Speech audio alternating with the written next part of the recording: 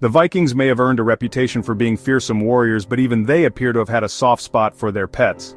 Archaeologists in Norway recently discovered a 1,000-year-old grave of an elite Viking woman who was buried with a small dog at her feet. The pet appears to have been placed with real care.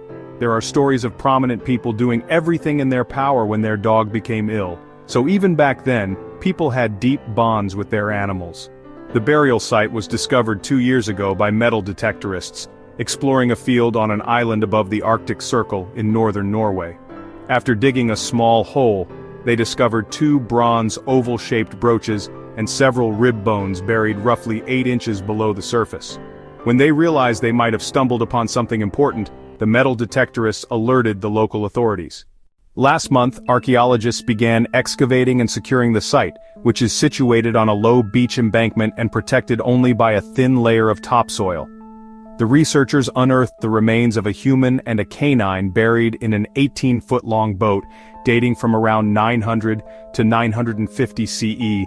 Based on the valuable grave goods found alongside the bodies, archaeologists suspect that the individual was a woman of significant local or regional status. She wasn't at the very top of the social ladder, but she was an important figure. The woman was buried with her knees bent up against one side of the boat and her arms gathered in front of her pelvis. The boat itself is not well preserved, though the collapsed woodwork is still visible as a thin, dark strip.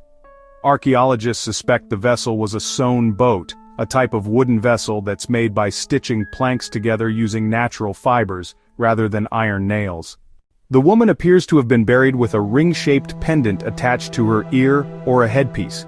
They also found 2 beads made of either amber or bone, a whetstone made of slate, and an iron sickle. The oval brooches found with the body were decorated with silver thread. Archaeologists also unearthed artifacts they suspect may have been used for textile production, a process that was typically overseen by the woman of the household. One is an elongated tool likely made from a whalebone that they think was a weaving sword, while the other appears to be a spindle whorl. They were also able to recover fragments of the individual's garments, which may offer additional insights into the funerary practices of the region.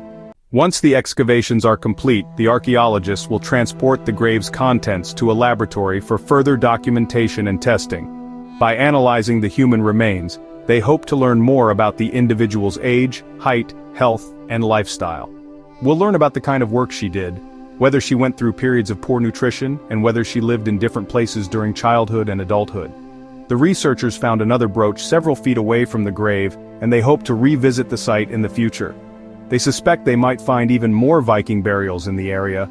Overall, archaeologists are thrilled to get the opportunity to excavate and preserve the grave, since historic sites like this one are often destroyed by farmers' plows. However, they're most excited about finding the small dog's remains. The Vikings' affinity for animals, including dogs and horses, has been well documented. However, finding one adds a personal, humanizing touch to the burial site.